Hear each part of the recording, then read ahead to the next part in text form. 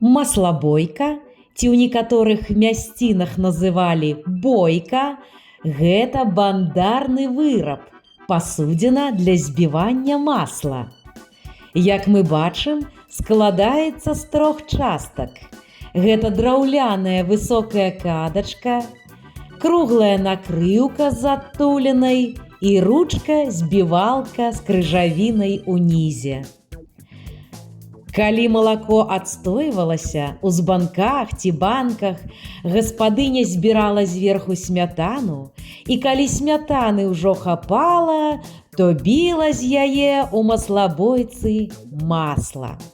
Масла білі ўручную каля 2 гадзін без перапынку. Калатоўка шпарка бегала зверху ўніз. Для атрымання 1 кілаграма масла неабходна было амаль 4 літры смятанных вяршкоў.